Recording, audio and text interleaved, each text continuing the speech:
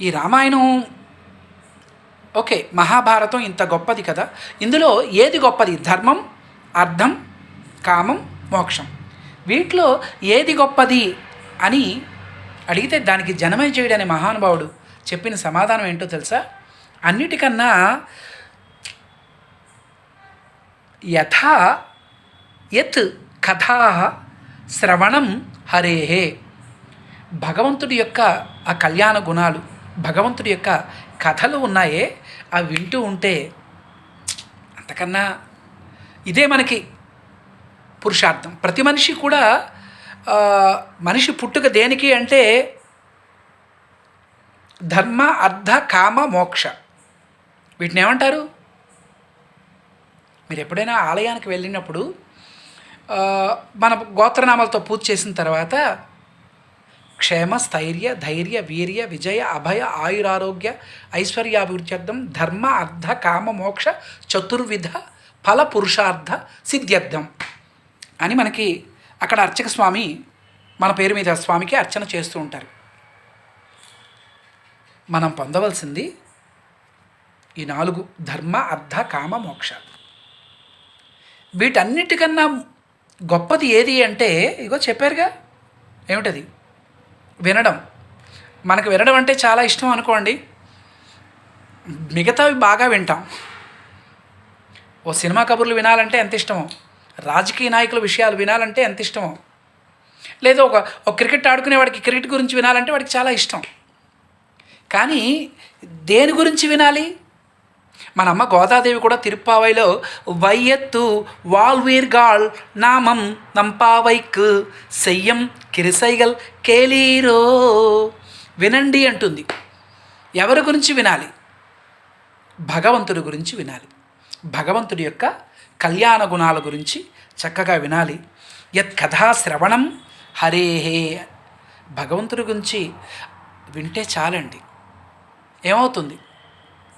అసలు ముందు తర్వాత మనం అనుష్ఠానం, ఇప్పుడు గురువుగారు చెప్తారు, నాన్న రోజు ఉదయాన్నే లే, చక్కగా ఆసనాలు వై, స్నానం చేసుకో, సంధ్యావందనం చేసుకో, చక్కని మంచి అనుష్ఠానం చేసుకో, చక్కగా అష్టాక్షరి మహామంత్రం జపం చేసుకో నాయన చెబుతారు.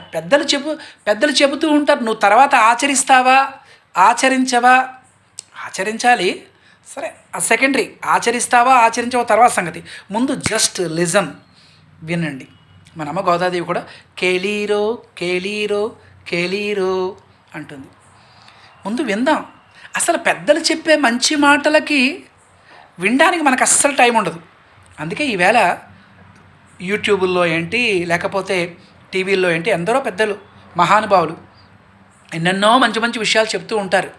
మనకి వీరిదా తిప్పై చాలే, మనకి బాగా ఇంట్రెస్ట్ అయింది ఏదైతే పాటలో, లేకపోతే డ్యాన్సో, లేకపోతే మనకు కావాల్సింది ఏ గేమ్సో, లేకపోతే మరొకటో, దానికి టైం కేటాయిస్తాం. కానీ పెద్దలు చెప్పిన మాటలు వినడానికి నో టైం. పెద్దలు ఎక్కడో పెద్దల దాకా అక్కర్లేదు. మన కుటుంబానికి పెద్ద ఎవరు? మన అమ్మ కదా. మన ఇంటి యజమాని ఎవరు? మన నాన్న కదా, తండ్రి. ఎప్పుడైనా ఒక మంచి అమ్మ, వరే బాబు ఇలా అలా కాదు ఇలాగని చెప్తే, అబ్బా క్లాస్ పీకుతున్నావా, నాకు తెలుసులే.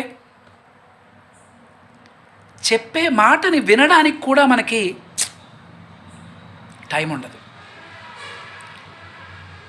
కొంచెం ఆలోచించండి. పెద్దలు చెప్పిన మంచి మాటలు వినగా వినగా వినగా కొద్ది రోజులకి అవి మన లోపల దాకా వెళ్ళి, చూడండి, బాగా ఎండిపోయి ఉన్నటువంటి నేల, మనం అందులో విత్తనం నాటాలి అని అంటే డైరెక్ట్గా విత్తనం వేసేస్తే అవ్వదు. దాన్ని నీటితో బాగా తడపాలి. కొన్నాళ్ళు నీరు పోసి పోసి అక్కడ ఉండేటటువంటి మట్టిని చాలా మెత్తగా, ఎంతో భయంకరంగా గట్టిగా ఉన్నటువంటి మట్టిని నీరు పొయ్యిగా పొయ్యిగా పొయ్యిగా ఆ గట్టిదనం అంతా పోయి మనసు మట్టి మెత్తబడుతుంది. అందులో నువ్వు విత్తనం వేస్తావు. అలాగా మన మనస్సు కూడా బండలా తయారైపోతుంది. మంచి మాటలు వినగా వినగా వినగా మనలో.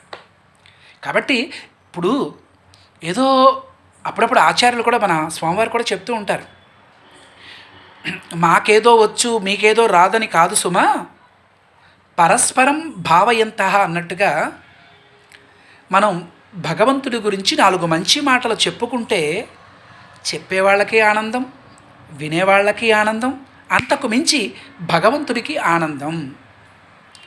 మంచి మాటలు పెద్దలు చెబుతున్నప్పుడు మనం కూడా కాసుకొని మరి గంటల కొద్ది అక్కర్లేదు. అందుగుంచే ఎంత పెద్ద పెద్ద మహానుభావులు ఉపన్యాసాలైన వేదిక మీద 3 గంటలు 4 గంటలు చెప్పరు.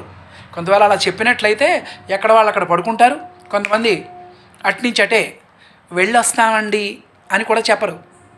మనం బయలుదేరదాం ఓకే అని వెళ్ళిపోతూ ఉంటారు. అందుగుంచే పెద్దల ఉపన్యాసాలు కూడా ఓ 10 నిమిషాలు, ఓ పావు గంట, 20 నిమిషాలు, ఇంకా మహానుభావులు అయితే ఒక అరగంట, గంట. ముందు మనం జీవితంలో చేయవలసింది ఏంటంటే